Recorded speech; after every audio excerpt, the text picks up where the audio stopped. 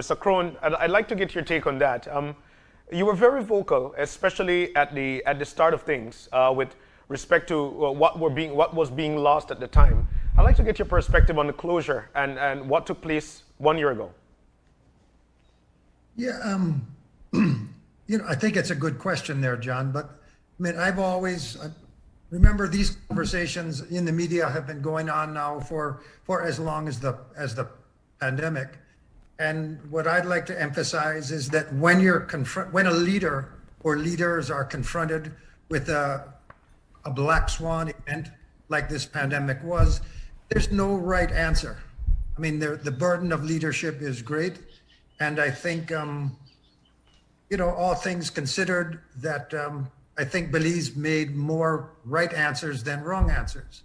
I think where we got trapped at the time was kind of a tunnel vision. And I think we need to learn from that approach and not let it happen again. For example, because at the beginning of the pandemic, Belize was really fortunate in that we were not having COVID cases.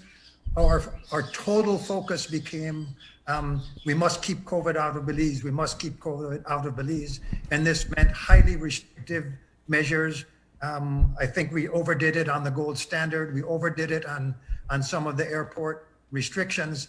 In other words, we kept this mindset about we must protect our country from the outside world.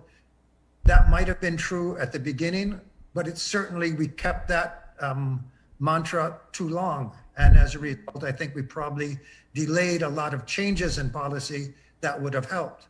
Now it's a total situation, but our leadership has to stay flexible. We can't let our minds be trapped.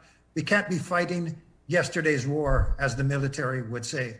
So it's a matter of keeping everyone on their toes and be cognizant of what new developments are happening outside.